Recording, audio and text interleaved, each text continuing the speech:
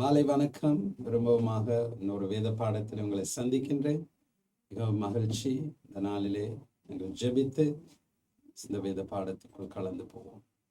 ஆண்டவரே, இந்த மாலை வேலைக்காக நன்றியப்பா. மாலை வேலையில் எங்களோடு கூட நீர் பேசுவதற்கு தயாராக இருக்கின்றீர். உங்களது பாதத்திலே அமர்ந்து நீர் வெளிப்படுத்துகின்ற உடைய ரகசியங்களை புரிந்து கொள்வதற்கு வேண்டிய ஞானத்தை எங்களுக்கு தாரும் ஆவியானவர். ஆவியானவரே, உடைய பிரசன்னம் எங்களோடு கூட இருக்கின்றது. இங்கு மாத்திரமல்ல, இந்த வேத பாடத்திலே கலந்து கொள்கின்ற ஒவ்வொரு வீடுகளிலும் உடைய பிரசன்னம் இப்பொழுது இருக்கின்றதா? உடைய பிரசன்னம் ஆவியானவரே ஒவ்வொருடைய ஆவிக்குரிய கண்களை திறந்து, ஆவிக்குரிய காதுகளை திறந்து உடைய சத்தியத்தை வெளிப்படுத்தும். உடைய பிரசனத்துக்காக உமக்கு நன்றி சொல்லுகிறோம். உடைய உதவிக்காக நன்றி. இயேசுவின் வல்லமை உள்ள நாமத்தினாலே. சரி, இப்ப இன்றைக்கு 13ஆம் பாகம், தேவனுடைய கால அட்டவணையிலே சபைக்கு நடக்க இருக்கும் அடுத்த நிகழ்வு என்ற தலைப்பின் கீழ் 13ஆம் பாகம். இப்ப அநேக காரியங்களை கற்றுவிட்டோம். நீங்கள் இன்றைய நாளிலே முதலாவது இணைந்திருப்பீர்கள் என்றால் தயவு செய்து எங்களுடைய வெப்சைட்டுக்கோ இல்லாவிட்டால் எங்களுடைய யூடியூப் சேனலுக்கு போய் எங்களுடைய பழைய எல்லா 12 பாகங்களையும் பார்த்துவிட்டு இந்த 13ஆம் பாகத்தை பார்க்கும்படி கேட்டுக்கொள்கிறேன். என்னுடைய யூடியூப் மற்றும் வெப்சைட்டினுடைய லிங்க் திரையின் கீழே வரும். அதை குறித்து வைத்துக்கொண்டு நீங்கள் அங்கு போய் எல்லா விதமான தமிழ் வேத பாடங்களை உங்களுக்கு இலகுவான நேரத்தில் இலவசமாய் பார்த்து நீங்கள் கற்றுக்கொள்ளலாம். சரி, இப்போ உங்களுக்கு தெரியும், தேவனுடைய கால அட்டவணையிலே சபைக்கு நடக்க இருக்கும் அடுத்த நிகழ்வு எடுத்துக்கொள்ளுதல். எடுத்துக்கொள்ளுதலை குறித்து தானே 7 கேள்விகளை நாங்கள் கையாண்டு வருகிறோம். அதிலே 7வது கேள்விக்கு விட்டோம். அது என்ன கேள்வி? எடுத்துக்கொள்ளுதலுக்கு எப்படி நான் என்னை தயார்படுத்திக் கொள்ள முடியும்? முதலாவது, எப்படி நான் என்னை தயார்படுத்திக் கொள்ள முடியும்? எடுத்துக்கொள்ளுதலை நான் பங்குள்ளவனாய் இருக்க வேண்டுமானால் நான் ரட்சிப்பை பெற்றிருக்க வேண்டும், மறுபிறப்பின் அனுபவத்தை பெற்றிருக்க வேண்டும். 2வது, நான் தண்ணீரில் மூழ்கி முழுக்க ஞான ஸ்நானம் பெற்றிருக்க வேண்டும். 3வது, பரிசுத்த ஆவியானவரின் ஞான ஸ்நானத்தை பெற்றிருக்க வேண்டும். பரிசுத்த ஆவியானவரின் ஞான ஸ்நானத்தை குறித்து நான் பேசும்போது நான் சொன்னேன், பரிசுத்த ஆவியினால் முத்திரையிடப்படுதல், பரிசுத்த ஆவியினால் ஞான ஸ்நானம் பெறுதல், இந்த 2 காரியங்களை நாங்கள் பெற்றிருக்க வேண்டும். அது முத்திரையிடப்படுதல் என்றால் ரட்சிப்பை பெற்றுக்கொள்ளுதல். 4வது காரியம் போன கிழமை பார்த்தோம். அதை முடிக்க எங்களால் முடியவில்லை. அது என்ன காரியம்? வேறு பிரிக்கப்பட்ட ஒரு வாழ்க்கை. எடுத்துக்கொள்ளப்படுதலிலே நான் தயாராக இருக்க வேண்டும் என்றால் எப்படி நான் என்னை இன்னொரு விதமாக தயார்படுத்திக் கொள்ள முடியும்? வேறு பிரிக்கப்பட்ட வாழ்க்கை. போன கிழமை நான் உங்களுக்கு தெளிவாக விளங்கப்படுத்தினேன். நாங்கள் இந்த உலகத்துக்குரியவர்கள் அல்ல. இந்த உலகத்தில் இருந்தாலும் நாங்கள் இந்த உலகத்துக்கு உரியவர்கள் அல்ல. நாங்கள் தேவனுடைய ராஜ்யத்துக்குரியவர்கள். இப்ப தேவனுடைய ராஜ்யத்துக்குரிய பிள்ளைகளாகிய நாங்கள் தேவனுடைய ராஜ்யம் எப்படி வேஷம் தரிக்கிறதோ, எப்படி நடைமுறை காரியங்களை செய்கின்றதோ அதன்படிதான் நாங்கள் வாழ வேண்டும். உலகத்தின் வேஷத்தை நாங்கள் தரிக்க முடியாது. நாங்கள் பார்த்தோம் என்றால் ரோமர் 12ஆம் அதிகாரம் 2ஆம் வசனம், ரோமர் 12ஆம் அதிகாரம் 2ஆம் வசனத்திலே பவுல் மிகவும் தெளிவாக சொல்லுகின்றார். என்ன சொல்லுகின்றார்? இந்த பிரபஞ்சத்திற்கு ஒத்த வேஷம் தெரியாமல் தேவனுடைய நன்மையும் பிரியமும் பரிபூரணமான சித்தம் இன்னதென்று பகுத்தறியத்தக்கதாக உங்கள் மனம் புதிதாகிறதுனாலே மறுரூபமாகுங்கள். அப்ப இந்த பிரபஞ்சம்னா இந்த உலகத்தின் வேஷம் தெரியாம, சரியா? அப்ப இந்த ஆங்கில வேதத்திலே வேர்ல்ட் என போட்டிருக்கு. Do not conform to this world. World என்றால் உலகம். அந்த இடத்திலே உலகம் என்கின்ற பிரபஞ்சம் என்றதுக்கான கிரேக்க வார்த்தை காஸ்மோஸ், KOSMOS. அப்படி என்றால் ஒழுங்குமுறை, நடைமுறை. அப்ப பவுல் சொல்லுகின்றார், நீங்கள் தேவனுடைய பிள்ளைகள், ஆதலால் உலகத்துக்கு ஒத்த வேஷம் தெரியாமல் இருங்கள். உங்களை வேறு பிரியுங்கள். உங்களை உலகத்திலிருந்து வேறு பிரித்து தேவனுடைய ராஜ்யத்தின் அடிப்படையிலே வாழுகின்ற பிள்ளைகளாய் உங்களை காண்பியுங்கள் என்று பவுல் தெளிவாக சொல்லுகின்றார். அப்ப வேறு பிரிக்கப்பட்ட வாழ்க்கை எடுத்துக்கொள்ளப்படுதலிலே போவதற்கு மிகவும் அவசியம். உலகத்தின் ஒத்த வேஷம் தரித்துவிட்டு நான் எடுத்துக்கொள்ளப்படுதலிலே போய்விடுவேன் என்று விசுவாசிப்பது ஒரு மூடத்தனம். நான் சொல்றேன். ஏனென்றால் இயேசு தெளிவாக சொல்லுகிறார், நீங்கள் இந்த உலகத்தில் இருந்தாலும் இந்த உலகத்துக்குரியவர்கள் அல்ல, அதனால் உலகத்தை போல் இருக்காதீர்கள். அப்ப இன்றைக்கு என்ன நடக்குது என்றால், தேவனுடைய சபையிலே சபை உலகத்தை போல் கதைக்கின்றது. சபை உலகத்தை போல் உடுத்துகின்றது. சபை உலகத்தை போல் நடனமாடுகின்றது. சபை உலகத்தை போல் விசில் அடிக்கின்றது. சபை உலகத்தின் வேஷத்தை தரிக்கின்றது. உலகத்தை போல் சபை மாற ஆரம்பிக்கின்றது. அப்போ சபை என்றால் கட்டிடம் அல்ல, சபை என்றால் நானும் நீங்களும். சபையில் இருப்பவர்கள் இன்றைக்கு தேவனுடைய ராஜ்யத்துக்கு ஒத்த வேஷம் தெரியாமல் உலகத்தை போல் மாற ஆசைப்படுகிறார். அப்போ உலகத்துக்கும் எங்களுக்கும் ஒரு வித்தியாசம் இல்லை. எதிலிருந்து உங்களை தேவன் வேறு பிரித்தார்? உலகத்திலிருந்து. நிக்கதேமுக்கு சொன்னாருன்னா, நீ தேவனுடைய ராஜ்யத்துக்குள் பிரவேசிக்காவிட்டால், நீ மறுபிறப்பு அடையாவிட்டால் தேவனுடைய ராஜ்யத்துக்குள் பிரவேசிக்க மாட்டாய். அப்ப எங்கிருந்து நாங்கள் தேவனுடைய ராஜ்யத்துக்குள் பிரவேசிக்கிறோம்? உலகத்திலிருந்து. அப்போ உலகத்திலிருந்து தேவனுடைய ராஜ்யத்துக்கு வந்துவிட்டு திரும்பவும் உலகத்தை போல் நடக்கவும் கதைக்கவும் உடுத்தவும் எல்லாம் செய்ய வேண்டும் என்றால் என்ன செய்கிறோம்? நாங்கள் திரும்பவுமாக உலகத்துக்கு திரும்பி போகிறோம். இன்னைக்கு அதுதான் அநேக கிறிஸ்தவர்களுக்கு நடக்கின்றது. இஸ்ரவேலர்கள் எகிப்திலிருந்து தேவன் விடுதலை ஆக்கியவர்களை கானான் தேசத்துக்கு கொண்டு போகின்ற வேளையிலே என்ன எகிப்தியர்கள் சொன்னார்கள்? ஐயோ, திரும்பவும் நாங்கள் எகிப்துக்கு போய்விடுவோம், அங்கு வாழ்ந்த வாழ்க்கை ரொம்ப நல்லவங்களுக்கு. அதனால் மோசேயிடத்திலே முறுமுறுத்து மோசேயோடு கூட சண்டை போட்டு நாங்கள் திரும்பவும் எகிப்துக்கு போகிறோம், அந்த வாழ்க்கை எங்களுக்கு மேலான வாழ்க்கை அப்படி என்று மோசையோடு சண்டை போட்டார். இன்றைக்கு பரிசுத்த ஆவியானவர் உங்களை உலகத்திலிருந்து வேறு பிரித்து பரலோகத்துக்கு கொண்டு போய் கொண்டிருக்கிறார். ஆனால் போகிற வழியில் என்ன நடக்கின்றது? உலகத்துக்கு திரும்ப போக ஆரம்பிக்கும். உலகத்தை போல் மாற ஆரம்பிக்கின்றோம். அப்பொழுது என்ன நடந்தது? இஸ்ரவேலருக்கு நடந்தது எங்களுக்கு ஒரு எச்சரிப்பு. நாங்கள் இஸ்ரவேலருடைய வாழ்க்கையை, பழைய ஏற்பாட்டை பார்த்து அதிலே நாங்கள் கற்றுக்கொள்ள வேண்டிய காரியங்கள் உண்டு. அவைகள் எங்களுக்கு எச்சரிப்பாயும் இருக்கின்றன. அப்ப இன்றைக்கு இஸ்ரவேலருக்கு என்ன நடந்தது? அவர்கள் தேவனுடைய பிள்ளைகளாயிருந்தும் அவர்கள் மாறாததின் நிமித்தம் அவர்கள் கானான் தேசத்துக்குள் பிரவேசிக்க முடியாமல் போனது. அதே போல இன்னைக்கு தேவனுடைய பிள்ளைகள் தேவனுடைய ராஜ்யத்துக்குள் பிரவேசித்து விட்டு இன்னும் உலகத்தை போல் வாழ ஆசைப்படுகிறீர்கள் என்றால் எடுத்துக்கொள்ளப்படுதலிலே போக மாட்டீர்கள். ஏனென்றால் தெளிவாக ஆண்டவர் உங்களை உலகத்திலிருந்து வேறு பிரிக்கின்றார். அந்த வேறு பிரிக்கப்பட்ட வாழ்க்கை அவசியம். உலகத்துக்கு ஒத்த வேஷம் தெரியாதீர்கள், தேவனுடைய ராஜ்யத்துக்கு ஒத்த வேஷத்தை தரையுங்கள். யாக்கோபு 4ஆம் அதிகாரம் 4ஆம் வசனம் மிகவும் தெளிவாக இதை குறித்து சொல்லுகின்றது. யாக்கோபு 4ஆம் அதிகாரம் 4ஆம் வசனம் மிகவும் தெளிவாக இந்த வசனம் சொல்லுகின்றது. அதை நன்றாக கவனியுங்கள். யாக்கோபு 4ஆம் அதிகாரம் 4ஆம் வசனம் 4ஆம் வசனம். யாக்கோபு 4ஆம் அதிகாரம் 4ஆம் வசனம். உலக சிநேகம் என்னவா? தேவனுக்கு விரோதமான பகை என்று அறியீர்களா? இப்போ உலகத்தோடு சிநேகம் வைக்கும் போது அது தேவனுக்கு விரோதமான ஒரு காரியமாயும் அது தேவனோடு பகை உண்டாக்குகின்ற காரியமாய் இருக்கின்றது. ஆகையால் உலகத்துக்கு சிநேகிதனாய் இருக்க விரும்புகிறவன் தேவனுக்கு பகைஞனாகிறான். மிகவும் தெளிவாக வேதம் சொல்லுகின்றது. அப்போ உலகத்தை போல் நான் வாழ்ந்துவிட்டு தேவனுக்கு பிரியமாயிருப்பேன் என்று விசுவாசிப்பது ஒரு மிகவும் மூடத்தனமான ஒரு காரியம். அப்ப வேறு பிரிக்கப்பட்ட வாழ்க்கை அவசியம். பரிசுத்த ஆவியானவர் எங்களுடைய வாழ்க்கையில் என்ன செய்கின்றார்? எங்களை வேறு பிரிக்கின்றார். உலகத்தின் ஒத்தம் வேஷம் தரையாமல் குமாரனுடைய சாயலுக்கும் ரூபமாய் மாறுவதற்கு தான் பரிசுத்த ஆவியானவர் எங்களுக்குள்ளாக கிரியை செய்கின்றார். பரிசுத்த ஆவியானவர் எங்களுக்குள்ளாக வந்ததன் முதலாவது நோக்கம் அந்நிய பாஷையில் பேசுவதல்ல.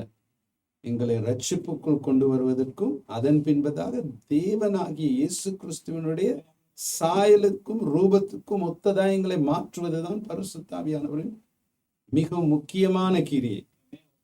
அப்ப இன்றைக்கு பரிசுத்த ஆவியானவரோடு கூட நெருங்கிய தொடர்பு எங்களுக்கு இல்லாவிட்டால் என்ன நடக்கின்றது? நாங்கள் தேவனுடைய சாயலாய் மாறாமல் உலகத்தின் சாயலாய் மாறும். அப்பொழுது தேவனுக்கு விரோதமாய் மாறிவிடுகிறோம். அதுதான் யாக்கோபு 4:4 சொல்லுகின்றது. அப்ப தேவன் மறுபிறப்படையும் போது யாருக்கூடாக நீங்கள் பிறந்தீர்கள்? தேவனுக்கூடாக பிறந்தீர்கள். யோவான் 1 12-13 வசனங்கள் அதை சொல்லுகின்றது. யார் யார் அவரை ஏற்றுக்கொண்டார்களோ அவர்களுக்கு தேவனுடைய பிள்ளைகளாகும்படி அதிகாரம் கொடுத்தார். அந்த வசனத்தை நாங்கள் வாசிப்போம் திரும்பவும். யோவான் 1 12 வசனம் 13 வசனம். அவருடைய நாமத்தின் மேல் விசுவாசம் உள்ளவர்களாய் அவர்களை ஏற்றுக்கொண்டவர்கள் எத்தனை பேர்களோ அத்தனை பேர்களும் தேவனுடைய பிள்ளைகளாகும்படி அவர்களுக்கு அதிகாரம் கொடுத்தார். அவர்கள் இரத்தத்தினாலாவது மாம்ச சித்தத்தினாலாவது புருஷனுடைய சித்தத்தினாலாவது பிறவாமல் தேவனாலே பிறந்தவர்கள். இப்ப இன்னைக்கு மறுபிறப்பின் அனுபவத்தை பெற்றுக்கொள்ளும் போது நீங்கள் யார்? தேவனுக்கு பிறந்தவர்கள். அப்ப தேவனுடைய சாயல் இல்லாமல் உலகத்தின் சாயலாய் நீங்கள் மாறினா அங்க இன்னொரு பிழை ஒண்ணு இருக்கு. சரி, இன்னைக்கு சொல்லுவாங்க தானே சில இன்றைக்கு உங்களுக்கு ஒரு பிள்ளை பிறந்தால் அந்த பிள்ளை அப்பாவையும் அம்மாவை மாதிரி இல்லாம வேறு யார் மாதிரி இருந்தா ஏதோ ஒரு கோளாறு ஒண்ணு அங்க இருக்கு, ஏதோ ஒரு பிரச்சனை ஒண்ணு இருக்குன்னு ஆட்கள் சொல்லுவாங்கன்னா, அப்பாவும் அம்மாவுடைய சாயலும் ரூபமும் இல்லாமல் ஒரு பிள்ளை அவர்களுக்கு இருந்தால் ஏதோ ஒரு குழப்பம் ஒண்ணு நடந்திருக்கு, இங்கோ சரியில்லை. அதே மாதிரி இன்னைக்கு தேவனுக்கு நீங்கள் பிறந்து விட்டு தேவனுடைய சாயலும் ரூபமும் உங்களுக்கு இல்லாவிட்டால் எங்கோ பிரச்சனை ஒன்று இருக்கு, இங்கோ ஒரு குழப்பம். ஏன்? இப்ப பரிசுத்த ஆவியானவரோடு சிநேகம் வைக்காமல் உலகத்தோடு கூட சிநேகம் வைக்கிறோம். அதனால் உலகத்தை போல ஆகிறோம். நாங்கள் அப்படி இருக்கும்போது பரிசுத்த ஆவியானவரை துக்கப்படுத்துகின்றோம். பரிசுத்த ஆவியானவரை துக்கப்படுத்தும் போது எப்படி அவர் எங்களுடைய சரீரத்தை மகிமையின் சரீரமாய் மாற்ற முடியும்? எடுத்துக்கொள்ளுதல் நாள் வரும்போது. அப்ப உலகத்தின் வேஷம் தெரியாமல் நாங்கள் வேறு பிரிக்கப்பட்ட வாழ்க்கை அவசியம் எடுத்துக்கொள்ளப்படுதலே நாங்கள் போவதற்கு. இப்ப இன்னைக்கு சபை என்ன செய்தது தெரியுமா? உலகத்தில் இந்த பிரபலங்கள் இருக்கிறாங்க தானே, நடிகர்கள், பாடகர்கள், டான்ஸ் ஆடுறவங்க, வியாபாரம் செய்பவர்கள், பிசினஸ்மேன், இவங்களை போல சபை மாற ஆரம்பிக்கும். சபை கிறிஸ்துவை போல் மாறாமல் உலகத்தில் இருக்கிற பிரபலங்களை போல் மாற ஆரம்பிக்கும். அப்போ கிறிஸ்துவின் சாயல் எப்படி சபைக்குள் வரும்? கிறிஸ்துவின் ரூபம் எப்படி சபைக்குள் வரும்? அருமையான தேவ ஜனங்களை நல்லா புரிஞ்சு கொள்ள வேண்டும். வேறு பிரிக்கப்பட்ட வாழ்க்கை இல்லாமல், உலகத்தில் இருந்து வேறு பிரிக்கப்பட்ட வாழ்க்கை இல்லாமல் நாங்கள் எடுத்துக்கொள்ளப்படுதலே போவது மிகவும் மிகவும் கஷ்டம். அதைத்தான் நான் சொல்ல வருகின்றேன். அப்ப எடுத்துக்கொள்ளப்படுதலுக்கு நான் எப்படி என்னை தயாராக்கி கொள்ள வேண்டும்? வேறு பிரிக்க வேண்டும். உலகத்திலிருந்து தூரமாகி தேவனுடைய ராஜ்யத்துக்கும் பரிசுத்த ஆவியானவருக்கும் நெருங்க வேண்டும். அப்ப பரிசுத்த ஆவியானவரோடு கூட நெருங்கி வாழ்கின்ற வாழ்க்கையை வாழும் போது அவர் உங்களை எப்படி மாற்றுவார்? கிறிஸ்துவை போல மாற்றுவார். இப்ப ஒருவன் கிறிஸ்துவை போல் மாறுவதற்கு யார் உதவி செய்ய முடியும்? பரிசுத்த ஆவியானவர். இன்றைக்கு அருமையான தேவ ஜனங்களே, நீங்கள் யாரோடு கூட அதிக நேரம் செலுத்துகிறீர்களோ அவர்களை போல் தான் நீங்க மாறுவீங்க. அதுதான் ஆங்கிலத்துல ஒரு ஒரு சொல் ஒன்று இருக்கு, show me your friends and I will tell you who will you become. உன்னுடைய நண்பர்களை காண்பி, அப்பொழுது நீ இப்படிப்பட்டவனாய் வருவாய் என்பதை நான் உனக்கு சொல்லுகிறேன். நண்பர்களோடு கூட நாங்கள் அதிக நேரம் செலுத்துவோம்னா, அப்ப யாரோடு கூட நாங்கள் அதிக நேரம் செலுத்துகிறோங்களோ அவர்களை போலதான் நாங்கள் மாறும். இப்ப ரோமர் 8:29 வசனத்தை பாருங்க. ரோமர் 8:29 வசனம். வேறு பிரிக்கப்பட்ட வாழ்க்கை ரொம்ப முக்கியம். ரோமர் 8:29 சொல்லுகின்றது, தம்முடைய குமாரன் அநேக சகோதரர்களுக்குள்ளே முதற் பேரானவராய் இருக்கும் பொருட்டு இயேசு கிறிஸ்து எங்களுடைய சகோதரனுமாயிருக்கிறார், எங்களுடைய ஆண்டவருமாயிருக்கிறார், எங்களுடைய தேவனுமாய் இருக்கின்றார், எங்களுடைய நண்பனுமாய் இருக்கின்றார். அப்ப தம்முடைய குமாரன் அநேக சகோதரர்களுக்குள்ளே முதற் பேரானவராய் இருக்கும் பொருட்டு தேவன் எவர்களை முன் குறித்தாரோ அவர்களை தம்முடைய குமாரனுடைய சாயலுக்கு ஒப்பாய் இருப்பதற்கு முன் குறித்திருக்கிறார். அப்ப தேவன் உங்களை முன் குறித்ததின் நிமித்தமாக தான் உங்களை தெரிந்தெடுத்தார், உங்களை ரட்சித்தார். அப்ப அவர் முன் குறித்தது எதுக்காக? யாருடைய சாயலாயிருப்பதற்காக? என்னுடைய குமாரனுடைய சாயலாயிருப்பதற்காக. இன்னைக்கு சபை இயேசு கிறிஸ்துவை போல் மாறாவிட்டால் அங்கு ஏதோ ஒரு பிரச்சனை இருக்கு. ஏனென்றால் சபையின் தலை இயேசு கிறிஸ்து. அப்ப இயேசு கிறிஸ்துவின் குணாதிசயங்கள், இயேசு கிறிஸ்துவின் ரூபம், சாயல் இல்லாமல் ஒரு சபை இருக்கும் என்றால் அந்த சபையில் ஏதோ ஒரு பிழை இருக்கு. அங்கு பரிசுத்த ஆவியானவருக்கு அதிக இடமில்லை என்பது ஒரு அடையாளம். அப்ப எங்களை முன்குறித்த தேவன், எங்களை அழைத்த தேவன் எதற்காக அழைத்தார்? தன்னுடைய குமாரனுடைய சாயலுக்கு ஒத்தவராய் மாறுவதற்கு. 1 யோவான் 3:1-3 வரை வாசிப்போம். 1 யோவான் 3:1-3. வேறு பிரிக்கப்பட்ட வாழ்க்கை ரொம்ப முக்கியம். நாம் தேவனுடைய பிள்ளைகள் என்று அழைக்கப்படுவதினாலே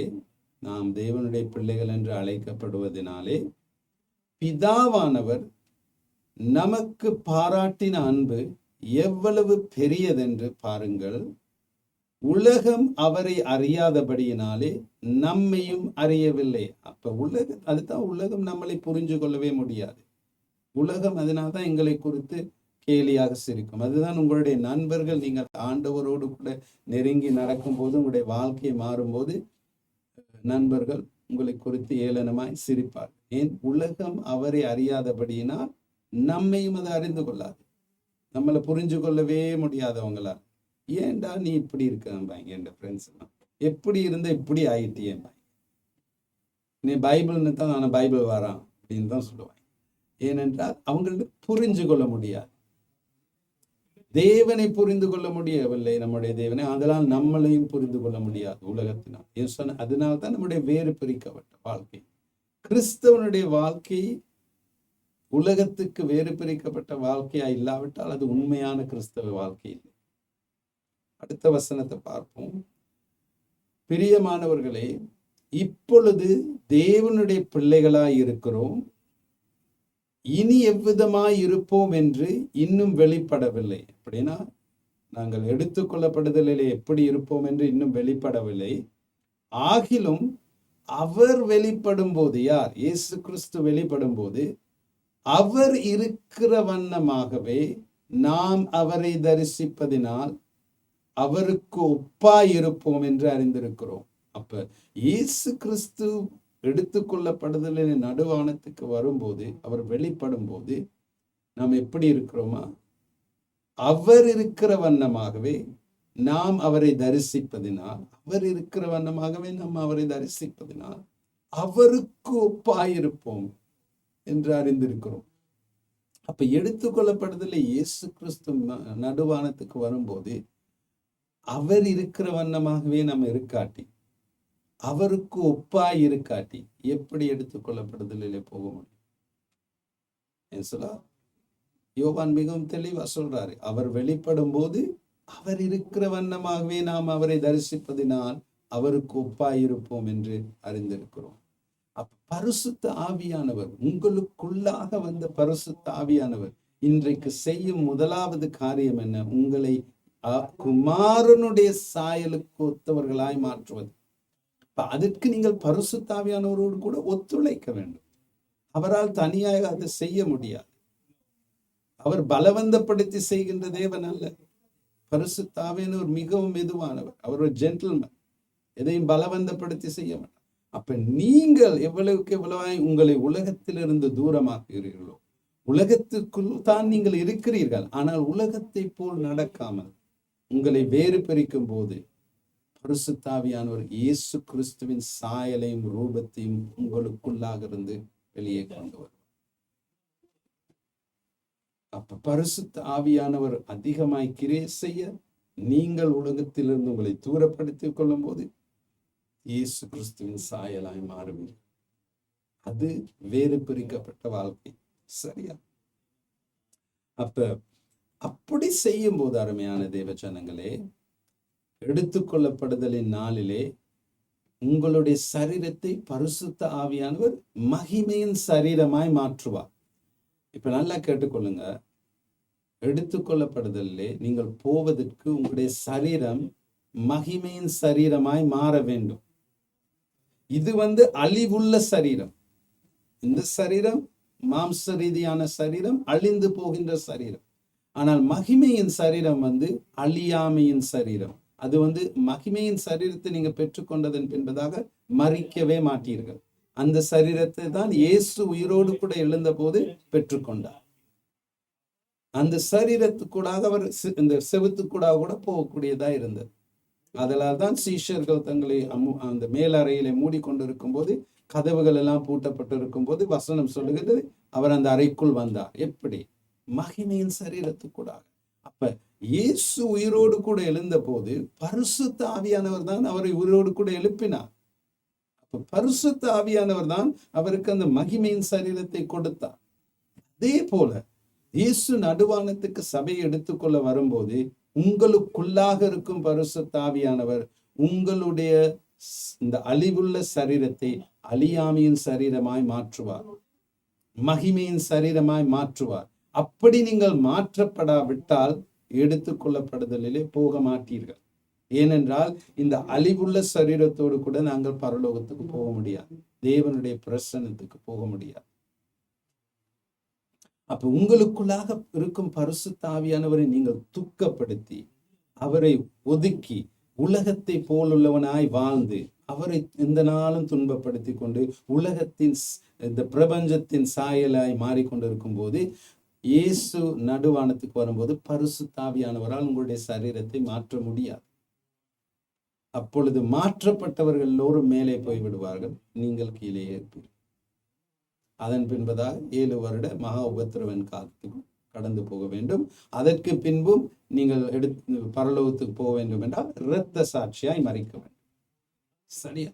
அதுதான் எடுத்துக்கொள்ளப்படுதலிலே பங்குள்ளவர்களாயிருப்பது மிகவும் முக்கியமான காரணம். அதனால் பரிசுத்த ஆவியானவரை துக்கப்படுத்தாதீர்கள். உலகத்தின் பிரபஞ்சத்தை போல் வாழ்ந்து பரிசுத்த ஆவியானவரை துக்கப்படுத்தாதீர்கள். Do not grieve the Holy Spirit. ஆங்கிலத்தில் சொல்ல துக்கப்படுத்தாதீர்கள். உலகத்தில் உள்ளவனை போல் நீங்கள் வாழ வாழ உங்களுக்குள்ளாக இருக்கும் பரிசுத்த ஆவியானவரை நீங்கள் அடக்கி ஒடுக்குகிறீர்கள், துன்பப்படுத்துகிறீர்கள். அதனால் அவரால் வெளிப்படவே முடியாது. அவரால் வெளிப்பட முடியாமல் போகும்போது இயேசு நடுவானத்துக்கு வரும்போது உங்களுடைய சரீரம் மகிமையின் சரீரமாய் மாறாது. இதனால்தான் வேறு பிரிக்கப்பட்ட வாழ்க்கை ரொம்ப முக்கியம். ஆனால் இன்றைக்கு கிறிஸ்தவத்திலே பிழையான போதனை ஒன்று உண்டு. என்ன? நீ எப்படி வேணாலும் வாழலாம், ஆனால் எடுத்துக்கொள்ளப்படுதலிலே போய்விடுவார். அது பிழையான போதனை, தவறான போதனை, ஏற்றுக்கொள்ள முடியாத போதனை. அப்படி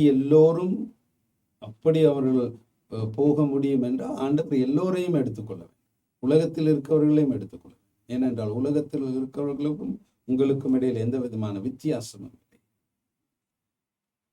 அப்ப அருமையான தேவச்சனங்களே, நாங்கள் எல்லோரும் அந்த நாளுக்காக தான் காத்து கொண்டிருக்கிறோம்.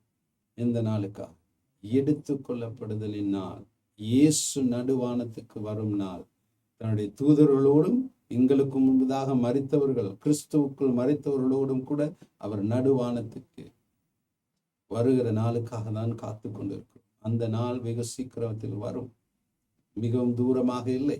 அந்த நாள் வரும்போது வேறு பிரிக்கப்பட்ட வாழ்க்கை, ரட்சிப்படைந்திருக்காவிட்டால், மறுபிறப்பின் அனுபவத்தை பெற்றிருக்காவிட்டால், முழுக்க ஞான ஸ்நானம் எடுத்திருக்காவிட்டால், பரிசுத்த ஆவியானவரின் ஞான ஸ்நானம் பெற்றிருக்காவிட்டால், வேறு பிரிக்கப்பட்டிருக்க வாழ்க்கை நீங்கள் வாழாவிட்டால் அதிலே போக முடியாது. அருமையான தேவ ஜனங்களே, அதற்கு நாங்கள் என்ன செய்ய வேண்டும்? நாங்கள் வாசித்தோம் 1 யோவான் 3:1 தொடக்கம் 2 வரை வாசித்தோம். திரும்பவும் அதை வாசிப்போம். 1 யோவான் 3:1 தொடக்கம் 3 வரை. நாம் தேவனுடைய பிள்ளைகள் என்று அழைக்கப்படுவதனாலே பிதாவானவர் நமக்கு பாராட்டின அன்பு இவ்வளவு பெரியதென்று பாருங்கள். உலகம் அவரை அறியாதபடியினாலே நம்மையும் அறியவில்லை. பிரியமானவர்களே, இப்பொழுது தேவனுடைய பிள்ளைகளாய் இருக்கிறோம், இனி எவ்விதமாய் இருப்போம் என்று இன்னும் வெளிப்படவில்லை. ஆகிலும் அவர் வெளிப்படும் போது அவர் இருக்கிற வண்ணமாகவே நாம் அவரை தரிசிப்பதினால் அவருக்கு ஒப்பாய் இருப்போம் என்று அறிந்திருக்கிறோம். அப்ப பாருங்க, யோவான் என்ன சொல்லுகிறார்? அவர் மேல் இப்படிப்பட்ட நம்பிக்கை வைத்திருக்கிறவன் எவனும். எப்படிப்பட்ட நம்பிக்கை? இயேசு வெளிப்படும் போது நான் அவருடைய சாயலாயிருப்பேன், அவரை போல் இருப்பேன் என்ற நம்பிக்கை வைத்திருக்கிறவன் எவனும் என்ன செய்வானா? அவர் சுத்தமாய் இருக்கிறது போல தன்னையும் சுத்திகரித்துக் கொள்ளுகிறான். மிகவும் தெளிவாக வேதம் சொல்லுகின்றது. எப்படி நான் எடுத்துக்கொள்ளப்படுதலிலே போக போகிறேன். இயேசு நடுவானத்துக்கு வரும்போது நான் அவரை போல் இருப்பேன், அவரை தரிசிக்கிற வண்ணமாகவே நானும் இருப்பேன் என்று விசுவாசிக்கிறவன் என்ன செய்வானா? உலகத்தை போல் மாறாமல், உலகத்தின் வேஷம் தெரியாமல் தன்னை சுத்திகரித்துக் கொள்ளுகிறான். இது நாங்கள் ஒவ்வொரு நாளும் செய்ய வேண்டிய ஒரு காரியம். எங்களை சுத்திகரித்துக் கொள்ளும். நான் நல்லா கேட்டுக்கொள்ளுங்க அருமையா ஜனங்களே, பாவம் செய்யாதவனே ஒருவனும் இல்லை. பரிசுத்தவான், நான் பரிசுத்தவான், நான் பாவமே ரட்சிக்கப்பட்டதன் பின்பதாக நான் பாவமே செய்யவில்லை என்று சொல்லக்கூடியவர் ஒருவருமே இல்லை. நானும் ரட்சிக்கப்பட்டதன் பின்பதாக பாவம் செய்திருக்கேன். ஆனால் என்ன நான் சொல்லுவதென்றால், ரட்சிக்கப்பட்டதன் பின்பதாக நாங்கள் பாவத்திலே விழலாம். ஆனால் அந்த பாவம் நாங்கள் திட்டமிட்டு செய்கின்ற பாவங்களாய் இருக்கக்கூடாது. ஒவ்வொரு நாளும் நீங்கள் காலையில எழும்பும் போது ரட்சிக்கப்பட்டதன் பின்பதாக, ஆண்டவரே இந்த நாளிலே உமக்கு நான் பரிசுத்தமாய் நான் வாழ வேண்டும் ஆண்டவரே, என் கண்களை பாதுகாத்துக் கொள்ள வேண்டும், என் நாவை நான் பாதுகாத்துக் கொள்ள வேண்டும், என் காதுகளை பாதுகாத்துக் கொள்ள வேண்டும், என் கரங்கள் பரிசுத்தமாய் இருக்க வேண்டும், உமக்கு முன்பதாக நீதியும் உத்தமும் உண்மையுமாய் நான் நடக்க வேண்டும் என்று நீங்கள் ஜெபித்து நாளை ஆரம்பிக்கும் போது தெரியாமல் நீங்கள் விழுந்து விடலாம். அப்படி விழும்போது உடனடியாக எழும்பி மனஸ்தாபப்பட்டு மனம் திரும்பி மன்னிப்பு கேட்டு திரும்ப ஆண்டவரோடு நடக்க ஆரம்பிங்க. பாவமே உங்களுடைய வாழ்க்கையாய் மாறிக்கூட. பாவம் செய்துவிட்டும் நான் பாவி அல்ல, நான் பாவம் செய்யல, நான் மன்னிப்பு கேட்க வேண்டிய அவசியம் இல்லை என்று தொடர்ந்தும் வாழுவீர்கள் என்றால் அது பிழை. நினையாத பிரகாரமாய் நீங்கள் விழுந்து போகும் வேளையிலே ஆண்டவரை விட்டு ஓடாதீர்கள். திரும்பவும் எழுந்திருந்து மன்னிப்பு கேட்டு, மனஸ்தாபப்பட்டு மன்னிப்பு கேட்டு மனம் திரும்பி அவருடைய பாவ மன்னிப்பை பெற்றுக்கொண்டு திரும்பவும் நடக்க ஆரம்பி. சரியா? அப்ப ரட்சிக்கப்பட்டதன் பின்னு நாங்கள் விழுந்து போகலாம். ஆனால் அதற்காக தான் ஒரு இரத்தத்தையும் கிருபையும் கொடுத்திருக்கிறார். அதெல்லாம் நாங்கள் திரும்பவும் நடக்க ஆரம்பிக்க வேண்டும். ஆனால் தொடர்ந்தும் பாவம் செய்து கொண்டே இருப்போம் என மனம் திரும்பாமல், அப்பொழுது உலகத்தின் வேஷத்தை தரிக்கிறோம், எங்களை சுத்திகரித்துக் கொள்கிறோம் அல்ல. சரியா? அப்ப அருமையான தேவ ஜனங்களே, இன்றைக்கு உங்க உதாரணத்துக்கு சொல்லுவோமே, மிகவும் முக்கியமான விருந்தாளிகள் உங்க வீட்டுக்கு வர்றாங்க, வந்து ஒரு மாசம் இருக்க போறாங்கன்னு வச்சுக்கோமே. அப்ப என்ன செய்வீங்க? வீடெல்லாம் சுத்தம் பண்ணுவீங்கன்னா, கூட்டாத இடத்தெல்லாம் கூட்டுவீங்க, கர்டன் எல்லாம் மாற்றுவீங்க, பெட்ஷீட் எல்லாம் மாற்றுவீங்க, பாத்ரூம் எல்லாம் நல்லா கழுவீங்க. முக்கியமான விருந்தாளி வராங்க, இப்போ வீடு சுத்தமா இருக்கணும். அதை நம்ம செய்வோம் தானே? செய்ய மாட்டோமா? கட்டாயமா செய்வோம். அது நடைமுறை வாழ்க்கையில நாங்க செய்யறது. அதே போல இயேசு கிறிஸ்து எப்பொழுது வருவார் என்று எங்களுக்கு தெரியாது, ஆனால் வரப்போகின்றார். அப்ப அந்த சிந்தனை இருக்கிறவன், அந்த நோக்கத்தில் வாழுகின்றவன் தன் வீட்டை, தன் சரீரத்தை எப்பொழுதும் சுத்தப்படுத்தி கொண்டே இருப்பான். ஏன்? எதிர்பார்ப்போடு கூட இருக்கின்றார். இன்னைக்கு அவர் வரலாம், நாளைக்கு அவர் வரலாம். அவர் மிகவும் முக்கியமானவர். அவர் வரும்போது வீடு சுத்தமாக இருக்கு, எல்லா வீட்டின் எல்லா ரூம்களும் சுத்தமாக இருக்க வேண்டும். சுத்திகரித்துக் கொள்வது ஒவ்வொரு நாளும் மிகவும் முக்கியமான காரியம். இப்ப நான் அதெல்லாம் தான் நான் சொல்ல, பாவத்திலே விழாத ரட்சிக்கப்பட்ட கிறிஸ்தவன் இல்லை. விழலாம், ஆனால் உடனடியாக எங்களை சுத்திகரித்துக் கொள்ள வேண்டும். அது மாத்திரமல்ல, ஒவ்வொரு நாளும் இன்னைக்கு நான் பாவம் இப்படி செய்யலாம் என்று திட்டமிட்டு நாங்கள் ஆரம்பிக்கிறதல்ல. இந்த நாளிலே நான் பரிசுத்தமாய் வாழ வேண்டும் என்றுதான் நாங்கள் ஆரம்பிப்போம். ஆனால் எங்கள் நினையா பிரகாரம் விழுந்து போனோமானால் எங்களை சுத்திகரித்துக் கொள்ள வேண்டும். ஆமென். அப்படிப்பட்ட ஒரு வாழ்க்கையை தான் ஆண்டவர் எதிர்பார்க்கிறார். யார் யார் ஆண்டவர் இன்னைக்கு வரக்கூடும், இல்லாட்டி நாளைக்கு வரக்கூடும் என்ற எதிர்பார்ப்போடு கூட இருக்கிறார்களோ அவர்கள் எப்பொழுதும் தங்களை சுத்திகரித்துக் கொள்வார். ஒவ்வொரு நாளும் நாங்கள் வெளியில போயிட்டு வரும்போது அதே ஷர்ட்டை நம்ம உடுத்த போறது இல்லைன்னா, அதே ட்ரௌசர் உடுத்த போறது, அதை கழுவுகிறோம். ஏன்? வெளியில நாங்கள் போயிட்டு வரும்போது சில நேரம் ஷர்ட்டை பார்த்தா அவ்வளவு ஊத்த இருக்காது, ஆனாலும் நாங்கள் கழுவுகிறோம். ஏன்? நாங்கள் சில தூசிகளை, சில அழுக்குகளை நாங்கள் அறியாமலே எங்களுடைய ஷர்ட்லயோ ட்ரௌசர்லயோ வந்துடலாம்.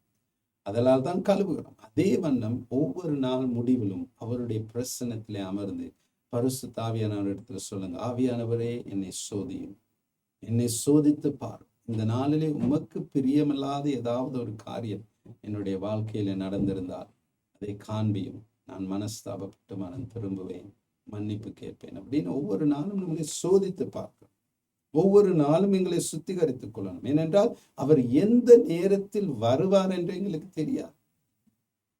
இந்த நிமிஷத்தில் கூட வரலாம், இல்லாட்டி ஒரு அவரில் கூட வரலாம், நாளைக்கு வரலாம். அந்த நாள் யாருக்குமே தெரியாது. அதனால் ஒவ்வொரு நாளும் எங்களை சுத்திகரித்துக் கொள்ளும். எப்படி எங்களுடைய சரீரத்தை, இந்த உடலை நாங்கள் குளித்து சுத்தமாய் வைத்துக் கொள்கிறோமோ அதே போல் எங்களுடைய உள்ளான மனுஷன், எங்கள் ஆத்மாவை சுத்தமாக வைத்துக் கொள்ளும். ஆமென். அப்ப இதைத்தான் யோவான் சொல்லுகின்றார். எப்பொழுது ஆண்டவர் வருகிறார் என்று எங்களுக்கு தெரியாது. அதனால் ஒவ்வொரு நாளும் இன்றைக்கு ஆண்டவர் வரக்கூடும் இந்த எதிர்பார்ப்போடு கூட நாளை ஆரம்பிக்க வேண்டும். அது அப்படி நீங்கள் எதிர்பார்ப்போடு கூட நாளை ஆரம்பிக்கும் போது உங்களை சுத்தமாய் வைத்துக் கொள்வீர்கள். இன்றைக்கு ஆண்டவர் வரலாம். அப்படி நீங்கள் எதிர்பார்ப்போடு கூட இந்த நாளை ஆரம்பிக்கும் போது உங்களை சுத்தமாக வைத்துக் கொள்வீர்கள். அப்ப எப்படி எங்களை சுத்திகரித்துக் கொள்வது? சில வசனங்களை நாங்கள் பார்ப்போம். கொலோசியர் 3ஆம் அதிகாரம் 5 தொடக்கம் 25. கொலோசியர் 3ஆம் அதிகாரம் 5 தொடக்கம் 25 வரை வாசிக்க போகிறோம். எப்படி நான் என்னை சுத்திகரித்துக் கொள்வது? அதிலே பவுல் தெளிவாக எழுதுகின்றார், எப்படி என்னை சுத்திகரித்துக் கொள்ள முடியும் என்று. கொலோசியர் 3ஆம் அதிகாரம் 5ஆம் வசனம் தொடக்கம் 25ஆம் வசனம் வரை. ஆகையால் விபச்சாரம், அசுத்தம், மோகம், துர் இச்சை, விக்கிரகாராதனையான பொருளாசை ஆகிய இவைகளை பூமியில் உண்டு பண்ணுகிற உங்கள் அவயவங்களை அழித்து போடுங்கள். இவைகளின் பொருட்டே கீழ்ப்படியாமையின் பிள்ளைகள் மேல் கோபாக்கினை வரும். நீங்களும் முற்காலத்தில் அவர்களுக்குள்ளே சஞ்சரித்த போது அவைகளை செய்து கொண்டு வந்தீர்கள். இப்பொழுதோ கோபமும் மூர்க்கமும் பொறாமையும் உங்கள் வழியில் பிறக்கலாகாத தூஷணமும் வம்பு வார்த்தைகளும் ஆகிய இவைகளெல்லாம் விட்டு விடுங்கள். இதை உங்களுக்கு விளங்கப்படுத்த வேண்டிய அவசியம் இல்லை, வாசித்தாலே விளங்கும். ஒருவருக்கொருவர் பொய் சொல்லாதிருங்கள். பழைய மனுஷனையும் அவன் செய்கைகளையும் களைத்து போட்டு தன்னை சிருஷ்டித்தவருடைய சாயலுக்குப்பாய் பூரண அறிவறையும்படி புதிதாக்கப்பட்ட புதிய மனுஷனை தரித்து கொண்டிருக்கிறீர்களே. அதிலே கிரேக்கன் என்றும் யூதன் என்றும் இல்லை, விருத்த சேதனம் உள்ளவன் என்றும் விருத்த சேதனம் இல்லாதவன் என்றும் இல்லை, புறஜாதியான் என்றும் புறதேசத்தான் என்றும் இல்லை, அடிமை என்றும் சுயாதீனம் என்றும் இல்லை, கிறிஸ்துவே எல்லாரிலும் எல்லாமாய் இருக்கிறார். ஆகையால் நீங்கள் தேவனால் தெரிந்து கொள்ளப்பட்ட பரிசுத்தரும் பிரியருமாய் உருக்கமான இரக்கத்தையும் தயவையும் மனத்தாழ்மையும் சாந்தத்தையும் நீடிய பொறுமையும் தரித்து கொண்டு ஒருவரை ஒருவர் தாங்கி ஒருவர் பேரில் ஒருவருக்கு குறைபாடு உண்டானால் கிறிஸ்து உங்களுக்கு மன்னித்தது போல ஒருவருக்கொருவர் மன்னியுங்கள்.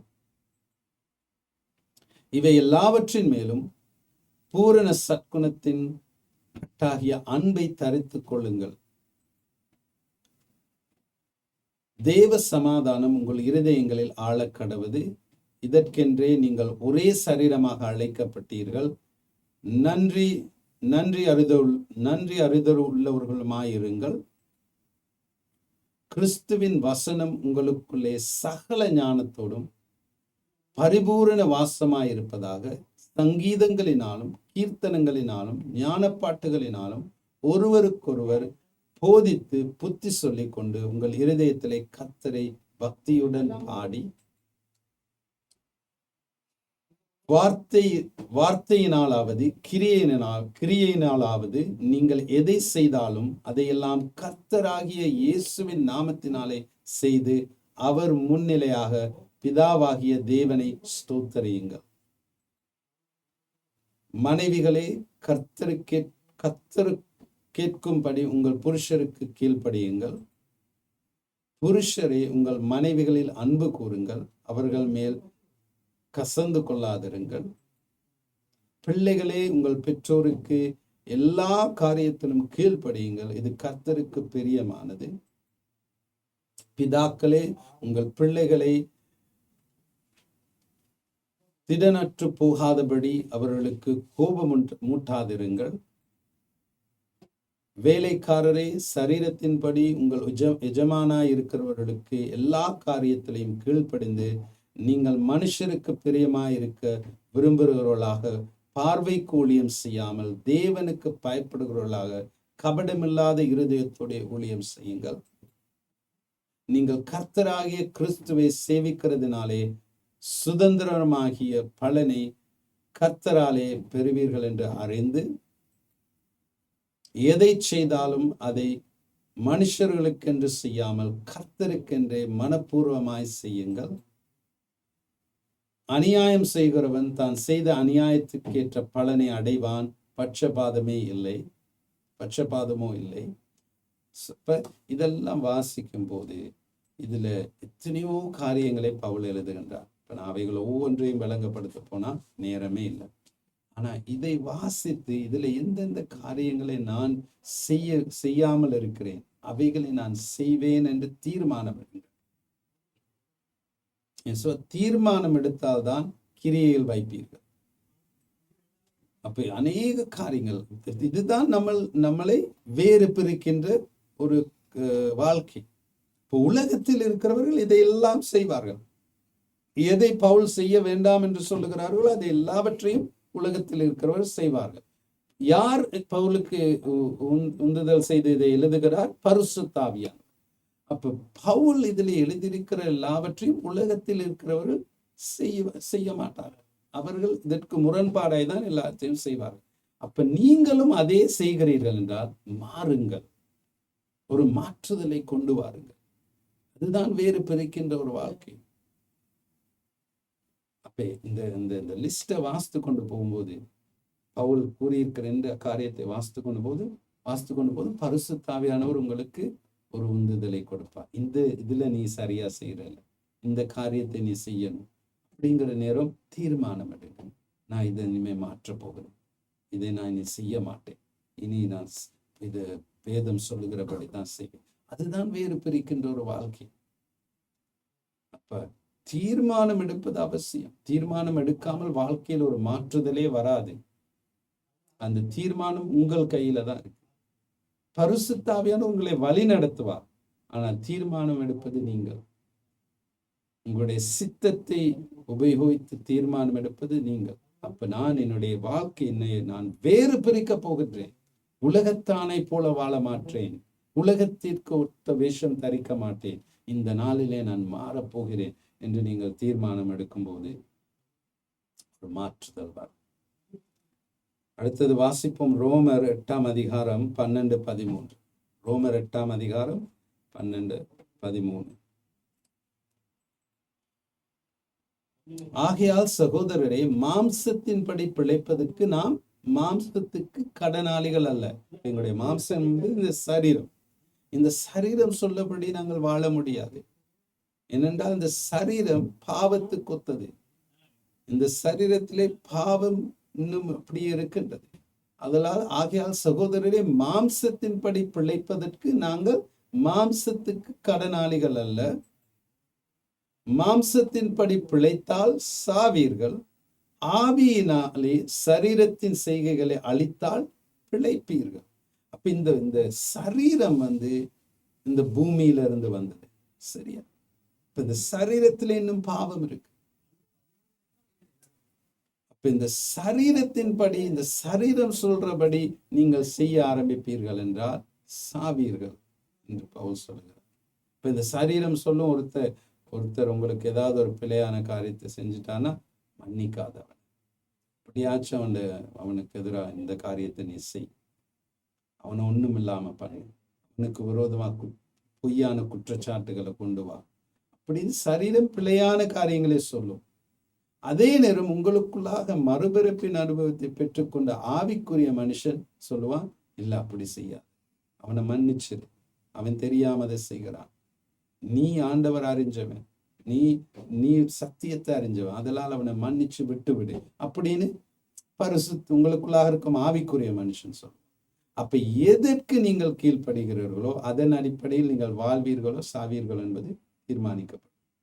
அப்ப பரிசுத்த ஆவியானவர் உங்களுக்குள்ளாக வாசம் பெய்யும் ஆவிக்குரிய மனுஷன் சொல்வதை நீங்கள் கீழ்ப்பட்டு சரீரத்தின் செயல்களை நீங்கள் முறியடிக்கும் போது வாழுவீர்கள். இல்லாவிட்டால் சரீரத்துக்கு கீழ்ப்படிந்து சரீரம் சொல்லும் காரியங்களை, சரீரத்தின் இச்சைகளுக்கு நீங்கள் கீழ்ப்படியும் போது சாவீர்கள் என்று தான் வசனம் சொல்லுகிறது. அப்ப இந்த சரீரத்தை நீங்கள் ஆவிக்குரிய மனுஷனுக்கு கீழாக கொண்டு வருவது மிகவும் மிகவும் முக்கியம். அதற்கு உபவாசம் இருப்பது ஒரு காரியம், மிக முக்கியமான ஒரு காரியம். எங்களுடைய அந்த மாம்ச ரீதியான இந்த சரீரத்தை ரட்சிப்பின் அனுபவத்தை பெற்றுக்கொண்ட பரிசுத்த ஆவியானவரின் உதவியுடன் ரட்சிப்பின் அனுபவத்தை பெற்றுக்கொண்ட ஆவிக்குரிய மனுஷனுக்கு கீழ் கொண்டு வர வேண்டும் என்றால் உபவாசம் இருந்து ஜெபிப்பது மிக முக்கியம்.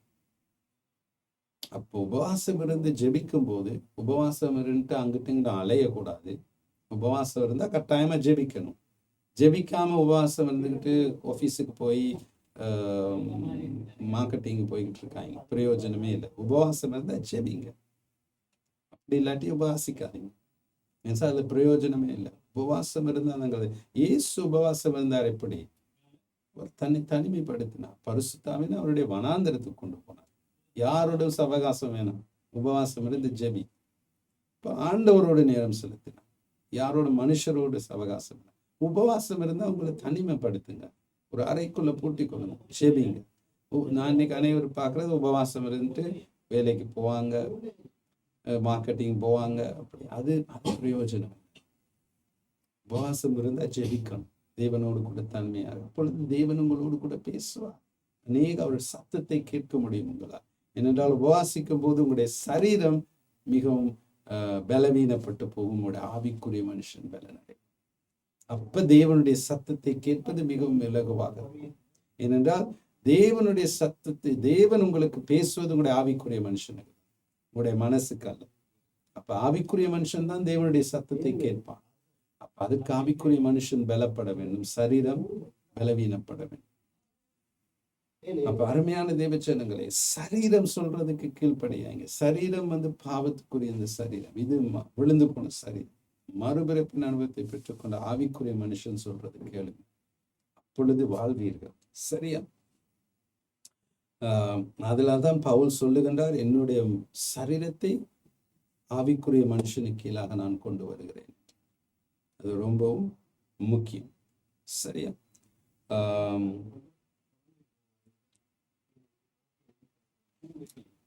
அப்ப இந்த வேறு பிரிக்கப்பட்ட வாழ்க்கை மிகவும் மிகவும் மிகவும் முக்கியமானது நாங்கள் எடுத்துக்கொள்ளப்படுதலிலே போவதற்கு. இப்ப இன்னைக்கு அநேகர் இதை இதை இது இது இதை நான் சொல்லுகிறதை ஏற்றுக்கொள்ள மாட்டார்கள். அதற்கு முரண்பாடான போதனை இருக்கின்றது. அதற்கு ஒத்த சில வார்த்தைகளையும் கொண்டு வந்து அந்த கான்டெக்ஸ்க்கு வெளியில அந்த வார்த்தையை கொண்டு வந்து பிழையான ஒரு போதனையை கொண்டு வரும். வேதத்தை வாசிக்கும் போது வேதத்துக்கு அந்த வசனத்துக்கு மேலுள்ள வார்த்தை என்ன சொல்லுகின்றது, கீழாக உள்ள வார்த்தை என்ன சொல்லுகின்றது, அந்த வசனம் சம்பந்தமான அதற்கு முந்திய வேதாம வசனங்கள் என்ன சொல்லுகின்றன, எல்லாவற்றையும் பார்க்க வேண்டும். ஒரு வார்த்தையை மாத்திரம் எடுத்துக்கொண்டு ஒரு தியரியை உருவாக்கக்கூடாது. அதனாலதான் பிழையான போதனைகள் தேவனுடைய சரீரத்துக்குள்ளே இன்றைக்கு வருகின்றன. அப்ப வேறு பிரிக்கப்பட்ட வாழ்க்கை மிகவும் மிகவும் அவசியம் தேவனுடைய எடுத்துக்கொள்ளப்படுதலே நாங்கள் போவதற்கு. அப்ப சபை உலகத்தை போல் நடக்க முடியாது, உலகத்தை போல் கதைக்க முடியாது. உலகத்தால் ஒரு நாளும் சபையை போல பேசவே முடியாது. நான் சொல்றது விளங்குதா? உலகத்தாரால் ஒரு நாளும் சபையை போல் பேச முடியாது. ஆனால் சபைக்கு உலகத்தை போல் பேச முடியும், உலகத்தை போல் நடக்க முடியும். அதனால்தான் நாங்கள் மிகவும் கவனமாக இருக்க வேண்டும். இன்னைக்கு உலகம் என்ன பேசுகின்றது? உலகம் பேசுகின்றது எப்படி உன்னுடைய இச்சைகளை நிறைவேற்றிக் கொள்ள முடியும். உலகம் பேசுகின்றது எப்படி நீ பணக்காரனாய் மாற முடியும். இன்றைக்கு உலகம் அநேக பணத்தின் அடிப்படையில தான் எல்லாம் அமைந்திருக்கு. உலகத்தின் நடைமுறைகள், பேச்சுக்கள், சம்பாஷணைகள் எல்லாமே பணத்தின் அடிப்படையில தான் இருக்கு. அது மாத்திரமல்ல, உன்னுடைய சொந்த சரீரத்தின் இச்சைகளை நீ எப்படி திருப்திப்படுத்திக் கொள்ள முடியும், அதுதான் உலகம் பேசுகிறது. அப்ப இன்னைக்கு அதையே சபை பேசுகிறது என்றால் எதற்கு சபை அவசியம்? இன்னைக்கு சபையில நீ எப்படி பணக்காரனாய் வாழ முடியும் அப்படின்னு சபை கற்றுக் கொடுக்குதுன்னா உனக்கு சபை அவசியம் இல்லையே. உலகத்துல எத்தனையோ யூனிவர்சிட்டிஸ் இருக்கு, எத்தனையோ ப்ரொஃபசர்ஸ் இருக்காங்க. நீ பணக்காரனாய் ஆவது எப்படி, ஒரு வியாபாரம் செய்வது எப்படி என்பதை கற்றுக் கொடுப்பதற்கு உலகத்தில். ஏனென்றால் அருமையான தேவ ஜனங்களே, உண்மையை பேசுவோம். உலக சபையில இருக்கிற பணக்காரர்களை விட உலகத்திலே எத்தனையோ பெரிய பணக்காரர்கள். அவர்களுக்கு பணம் சம்பாதிப்பது என்றால் அவர்களுக்கு இன்னைக்கு உலகத்தில் எடுத்துக்கொள்ளுமே முதலாவது 10 பெரிய பணக்காரர்கள் அவர்கள் சபையில் இருப்பவர்களா? இல்லை, உலகத்தில் இருப்பவர்கள். அப்ப நீ பணக்காரனாக வேண்டும் என்றால் ஏன் சபையில் உட்கார்ந்து அதை கற்றுக்கொள்ள, உலகத்துல போய் கற்றுக்கொள்ள. இன்னைக்கு சபையில் எடுத்தாலே பணம் பணம் பணம். இன்னைக்கு சபைக்கு ஜனங்கள் வருவதே நான் எப்படி பணக்காரனாய் ஆவது, அதை கற்றுக்கொள்ளும். அதுக்கு நீ உலகத்திலே கற்றுக்கொள்ளலாம்.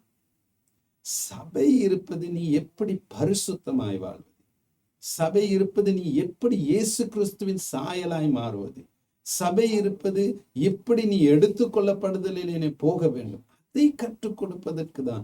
எப்படி தேவனுடைய ராஜ்யத்தையும் சுவிசேஷத்தையும் இந்த இலங்கை தேசத்தில் என்னை பரப்ப, இதற்கு தான் சபை இருக்கின்றது. நீ எப்படி பணக்காரனாய் வாழ்வது, எப்படிப்பட்ட வீடை வாங்குவது, எப்படி நீ ஏமாறி கோட் போடுவது, ஏமாறி ஷூ போடுவதுன்னா அதுக்கு உலகத்திலே போய் கற்றுக்கொள்ளலாம். உலகத்திலே எத்தனையோ பேர் அதை கற்றுக் கொடுக்க இருக்கிறார். தேவன் ஆசீர்வதிப்பார் அவருடைய பிள்ளைகளை, அது வேறு விஷயம். ஆனால் நான் சபைக்கு வாரதே எப்படி நான் பணக்காரனாய் ஆவது, 7 விதம் எப்படி நீ பெரிய பணக்காரனாய் மாறுவது, இது சபை கற்றுக் கொடுக்கணுமா? அது உலகத்திலே கற்றுக்கலாம். நான் சொல்றது உங்களுக்கு விளங்குது என்று விசுவாசிக்கிறேன். இப்ப சபைக்கும் உலகத்துக்கும் இடையில மிகவும் ஒரு வேறுபாடு காணப்பட வேண்டும். அது இல்லாவிட்டால் வேறு பிரிக்கப்பட்ட வாழ்க்கையே இல்லை. சரியா? இன்னைக்கு இதை அநேக சபைகளிலே கற்றுக் கொடுப்பதில்லை. இன்னைக்கு சபைக்கு அநேக கிறிஸ்தவர்கள் வருவதன் நோக்கமே பிழையா இருக்கின்றது. எதற்காக நாங்கள் சபைக்கு வருகிறோம் என்பதன் நோக்கமே பிழையா இருக்கு. ஏன்? அதற்கு காரணம் சபை போதகர். என் சபை போதகர்களும் உலகத்தை போல் மாறுகிறார், உலகத்தை போல் வாழ ஆசைப்படுகிறார். அதனால் சபைக்கும் பிழையானதையே கற்றுக் கொடுக்க. இப்ப இன்னைக்கு அநேக சபைக்கு வருவதற்கு முதலாவது காரணம் பணம். எனக்கு பணம் அவசியம். 2வது காரியம் எனக்கு வீடு, எனக்கு கார். அப்ப இன்னைக்கு சபை போதகர்கள் ஒரு விதமான ஒரு ஸ்டேட்டஸ் லைஃப் வாழ்கிறார். அப்ப இன்னைக்கு சபைக்கு வாரவர்கள் ஆனா அவரை போல அந்த மாதிரி காரை ஓட்டும், அவர் இருக்கிற வீடு மாதிரி நான் வாங்க, அவர் போடுற ட்ரெஸ் மாதிரி நான் போடுறேன், அவர் போடுற சப்பாத்து மாதிரி நான், இதுக்கு தான் சபைக்கு வராங்க. மற்றபடி நான் எப்படி பரிசுத்தமாய் வாழ்வது, எப்படி நான் சுவிசேஷத்தை அறிவிக்கிறவனாய் மாறுவது, எப்படி நான் இயேசு கிறிஸ்துவின் சாயலாய் மாறுவது, எப்படி நான் எடுத்துக்கொள்ளப்படுவதற்கு என்னை தயார் பண்ணி கொள்ளுவேன், இதற்கெல்லாம் ஒரு அவசியமே இல்லை. அப்ப எடுத்துக்கொள்ளப்படுதல் வரும்போது நீங்க இங்கேதான் இருப்பீங்க. என்றால் உங்களுடைய நோக்கமே, சபைக்கு வருவதன் நோக்கமே பிழையாயிருக்கு. அதெல்லாம் உங்களை திருத்திக் கொள்ளுங்கள். மனஸ்தாபப்பட்டு மனம் திரும்புங்கள். வாழ்க்கையில் உலகத்திலிருந்து தேவன் உங்களை வேறு பிரித்தது திரும்பவும் உலகமாய் போல மாறுவதற்கல்ல. இன்னைக்கு அநேக சில போதகர்கள், மெய்ப்பர்கள் உலகத்திலிருந்து, அவங்க முந்தி உலகத்துல பிசினஸ் செஞ்சுக்கிறதா இருந்தாங்க, உலகத்துல வேலை செஞ்சு, தேவன் அவர்களை அழைத்து வேறு பிரித்து ஊழியத்துக்கு கொண்டு வந்தார். இப்ப திரும்ப ஊழியத்துல இருந்து கொண்டும் பிசினஸ்க்கு போயிட்டாங்க. இப்ப ஊழியம் பிசினஸ் ரெண்டையும் செஞ்சுக்கிட்டு இருக்கு. இப்ப தேவன் உன்னை எதற்கு அழைத்தார், எதற்காக உன்னை வேறு பிரித்தார்? ஊழியம் செய்யவா இல்லாட்டி பிசினஸ் செய்யவா? கடைசியில இப்ப ஊழியமும் பிசினஸும் செஞ்சு ஊழியத்தை விட பிசினஸ் முக்கியமா போச்சு. ஏன்? அதுல பணம் வருது. ஏனென்றால் நான் ஒரு விதமான ஸ்டேட்டஸ் லைஃப் வாழ ஆரம்பிச்சு விட்டேன், அதை நான் மெயின்டைன் பண்ணிக்கிட்டே போகணும், அதனால இந்த பிசினஸையும் ஊழியத்தையும் செய்யும். அருமையான தெய்வ ஜனங்கள், இப்படி பிசாசானவன் அநேக காரியங்களை நம்முடைய வாழ்க்கையில மிகவும் தந்திரமாக கொண்டு வருகிறான். வேறு பிரிக்கப்பட்ட வாழ்க்கை ரொம்பவும் அவசியம். நான் நினைக்கிறேன் டைம் சரியென்று எவ்வளோ நிறைஞ்சிருக்கு, 55. இன்றைக்கு நான் நினைச்ச வேறு பிரிக்கப்பட்ட வாழ்க்கை முடிக்கலாம் என்று முடியாது, அவசரப்பட்டு நான் முடிக்க விரும்பல. அப்ப நல்லா புரிஞ்சு கொள்ளுங்க, எடுத்துக்கொள்ளப்படுதலை நான் போக வேண்டும் என்றால் உலகத்திலிருந்து வேறுபட்ட வாழ்க்கை எனக்கு அவசியம். என்னை வேறு பிரித்து வாழ்வது மிகவும் அவசியம். சரியா? சரி, நாங்க ஜெபிச்சு இந்த வேத பாடத்தை முடிப்போம். அருமையான ஆண்டவரே இயேசுப்பா, இம்மட்டும் நீரும் மிகவும் தெளிவாக நீர் எங்களோடு கூட பேசியதற்காக நன்றி. எங்களுடைய இருதயங்களில் ஆழமாய் இந்த வார்த்தைகளை நீர் பதிய செய்ததற்காக நன்றி.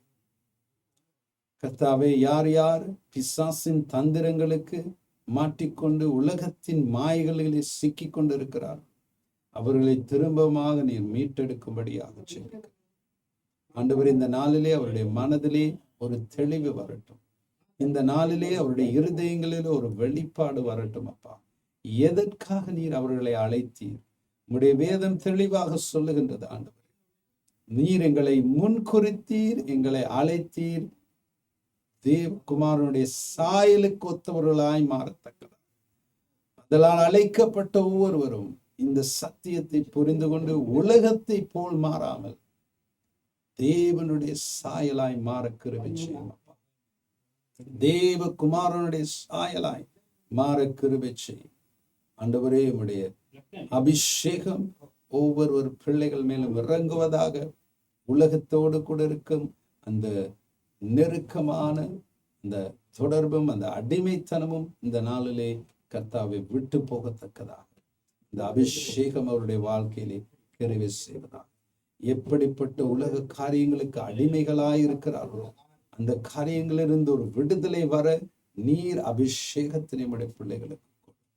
யார் யார் தங்களுடைய மனதிலே பிழையான போதனைகளை கேட்டு குழப்பமடைந்து உலகத்தை போல் மாறிக்கொண்டிருக்கிறார்களோ அவருடைய மனதிலே இருதயங்களிலே ஒரு வெளிப்பாடு வந்து இந்த நாளிலே ஒரு விடுதலை வரட்டும். அவர்கள் தேவனுடைய சாயலுக்கு ஒத்தவர்களாய் மாற தீர்மானம் எடுக்கட்டும். இந்த வார்த்தைகள் வெறுமையாய் மண்டை திரும்பி வராதான். இந்த நீர் பேசுகின்ற இந்த வார்த்தைகள் ஒவ்வொரு கேட்கின்ற காதுகளுக்கூடாக சென்று இருதயங்களிலே மாற்றுதலை கொண்டு வந்து ஒரு புதிய மாற்றுதலை நம்முடைய பிள்ளைகளுடைய வாழ்க்கையில கொண்டு வருவதற்காக நன்றி ஆண்டவரே. இந்த நாளுக்காக நன்றி, இந்த தருணத்துக்காக நன்றி. எல்லா துதியும் கனமும் மகிமும் ஓகே இயேசு கிறிஸ்துவின் வல்லமையுள்ள நாமத்தினால் ஆமென். ரொம்ப நன்றி. இவ்வளவு நேரம் இந்த வேத பாடத்தில் கலந்து கொண்டதற்காக. ஞாயிற்றுக்கிழமை நான் உங்களை சந்திக்க ஆசைப்படுகின்றேன். உங்கள் சபைக்கு போகாதவராயிருப்பீர்களானால் ஞாயிற்றுக்கிழமை 7:30 மணிக்கு திரையின் கீழே வருகின்ற விலாசத்துக்கு வாருங்கள் என்றால், ஞாயிற்றுக்கிழமை தேவனுடைய ஆலயத்திலே தேவனுடைய சபையிலே பங்குள்ளவர்களாய் இருப்பது மிகவும் முக்கியமான காரியம். கடைசி நாட்களில் அநேகர் அதை விட்டு விடுவார்கள் என்று வசனம் சொல்லுகிறது. நீங்களும் அப்படிப்பட்டவர்களாய் மாறிவிடாதபடி ஒரு சபையிலே சரியான வசனத்தை போதிக்கின்ற சபையில ஒரு அங்கத்தவராயிருப்பது அவசியம். இப்ப நீங்கள் ஒரு சபைக்கு போகாதவர்களாயிருப்பீர்களானால் ஒரு ஞாயிற்றுக்கிழமை சந்திக்க வாஞ்சியாயிருக்கிறேன். கர்த்தர் தாமே ஆசீர்வதிப்பாராக. இந்த வருடத்திலே கர்த்தர் அவருடைய அபரீதமான கிருபை உங்களை கொடுத்து அநேக கனிதரும் மரமாய் உங்களை மாற்றுவாராக. இயேசுவின் நாமத்தில்.